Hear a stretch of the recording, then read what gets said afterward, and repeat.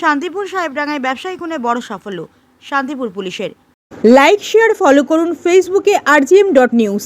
হাসিম মণ্ডল খুনে মূল মাথাকে জলপাইগুড়ি গ্রেফতার করল শান্তিপুর পুলিশ।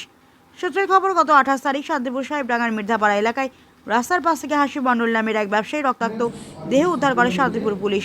পরে সেই ঘটনার তদন্ত করে 4 জনকে গ্রেফতার করে পুলিশ, আর তাদেরই জিজ্ঞাসাবাদ করে মূল অভিযুক্ত মামুন শেখের সন্ধান পায় পুলিশ। পুলিশ সূত্রে খবর, জমি সংক্রান্ত বিষয়ে হাসিমের কাছ থেকে মোটা টাকা তোলা চেয়েছিল এই মামুন শেখ। সেই টাকা দিতে অস্বীকার করায় পরিকল্পনা করে হাসিমকে খুন করে। ঘটনার পর এলাকা ছেড়ে পালালেও শেষ রক্ষা হয়নি। সোমবার রাতে জলপাইগুড়ি থেকে অভিযুক্তকে গ্রেফতার করে শান্তিপুর পুলিশ। মঙ্গলবার আনুমানিক সকাল 10টা নাগাদ ধৃতকে নিজেদের হেফাজতে চেয়ে রানাঘাট আদালতে পাঠিয়েছে শান্তিপুর পুলিশ। যদিও তার বিরুদ্ধে ওঠা অভিযোগ অস্বীকার করেছে ধৃত মামুন শেখ। শেখ মনির রিপোর্ট, rgm.news। আমরা তারপরে কেস স্টার্ট করলাম। কেস স্টার্ট করার পরে আমরা সব অ্যাঙ্গেল দিয়ে খুঁটিয়ে দেখলাম, সিসিটিভি কিংবা আপনার যারা যারা ইম্পর্টেন্ট এভিডেন্সটা হয় ওটা দেখার পরে আমরা তদন্ত করে জানতে পারলাম কি 3 লোকজন তাকে অ্যারেস্ট করেছি আমরা। একটা হচ্ছে স্বপন মণ্ডল, মোহাম্মদ শেখ অ্যান্ড আশরাফুল শেখ। এই 3 জন ওই দিন রাত্রিতে ফিরছিল। এরা 3 জনই মদ্যপ অবস্থায় ছিল। যে ডিজিজ আছে হাসিমের সাথে স্বপন যে আছে, স্বপন খানকারি শান্তিপুরের বাসিন্দা। রিমেনিং 2 অ্যাকিউজড ওরা কৃষ্ণনগর পুলিশ ডিস্ট্রিক্টের চাপড়া থানার বাসিন্দা। তাহলে এই স্বপন সাথে হাসিমের একটু প্রিভিয়াস একটু গণ্ডগোল ছিল, একটা গ্রেজ ছিল। তো ওটা ল্যান্ড ম্যাটার নিয়ে, তো ওদের ল্যান্ড ম্যাটার নিয়ে যে এদের ট্রানজেকশনটা ইস্যু ছিল অনেকদিন ধরেই চলছিল।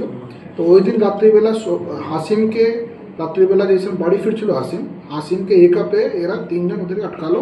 তারপরে এটা প্রিভিয়াস ড্রেসটা নিয়ে বাচাসাই স্টার্ট হলো। এই বাচাসাই স্টার্ট হতে হতে এদের মধ্যে হাতাপাই হয়েছে। হাতাপাই হওয়ার সময়ই এরা ওখানে একটা ইঁট আর এদের কাছে একটু ছিল আয়রন রড ছিল, দা ছিল, ওটা দিয়ে ওকে মাথায় মারলো। ওই মারার পরে এরা ওখান থেকে পালিয়ে গেল। অ্যান্ড লেটার ওই ইঞ্জুরি দিয়ে ডিজিজটা অন দ্য স্পটই মারা গেছে। বডি যেসব পাওয়া হয়েছিল আমরা হসপিটাল নিয়ে গেছিলাম, ব্রড ডেডই হয়েছিল।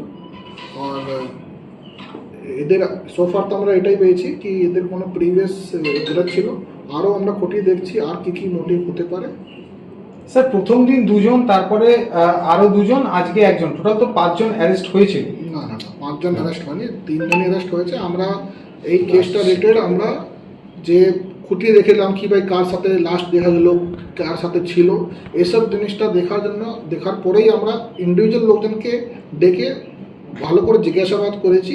অ্যান্ড জিজ্ঞাসাবাদ করার পরে আমরা কিন্তু ফাইনালি জানতে পারলাম কি ওদের কতটা ইনভলভমেন্ট আছে কি না।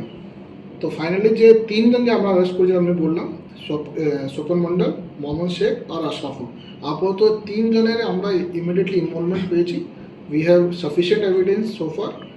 আর আমরা আরও ফার্দার দেখছি এরা কীভাবে করলো, কেন করলো, এরা প্রি প্ল্যান ছিল কিনা, এইসব জিনিসটা আমরা ফার্দার আমাদের ইনভেস্টিগেশন করতে দেখব। মার্ডারটা কি প্রি প্ল্যান ছিল?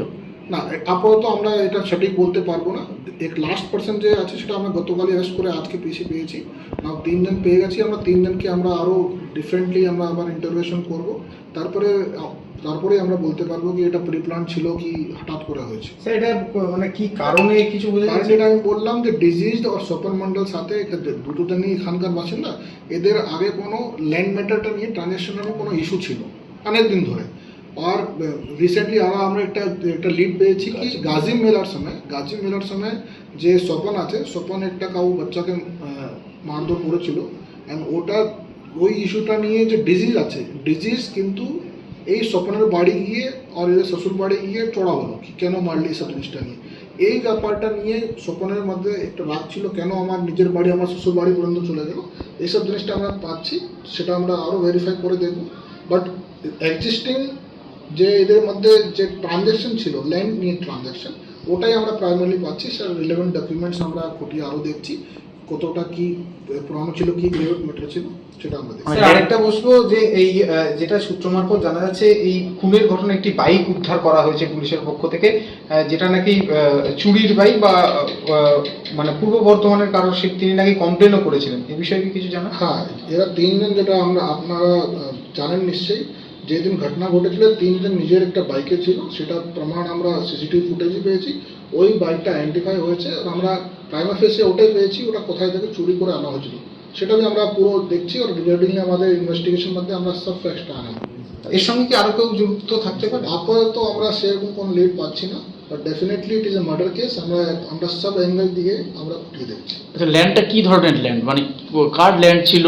এখন আপনার বাড়ি, অফিস এবং দোকানকে সুরক্ষিত রাখুন টোটাল সিকিউরিটি সলিউশনের সাথে।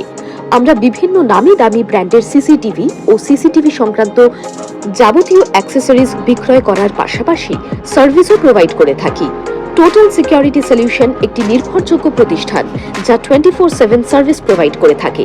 তাছাড়া এই প্রতিষ্ঠান দীর্ঘদিন ধরে যত্ন সহকারে দোকান, বাড়ি, কারখানা, school, nursing home, hotel, restaurant, শোরুমগুলিতে পরিষেবা দিয়ে চলেছে।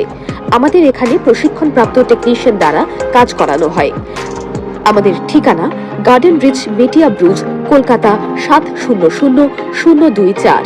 বিশদে জানতে যোগাযোগ করুন 7003047447 এই নম্বরে।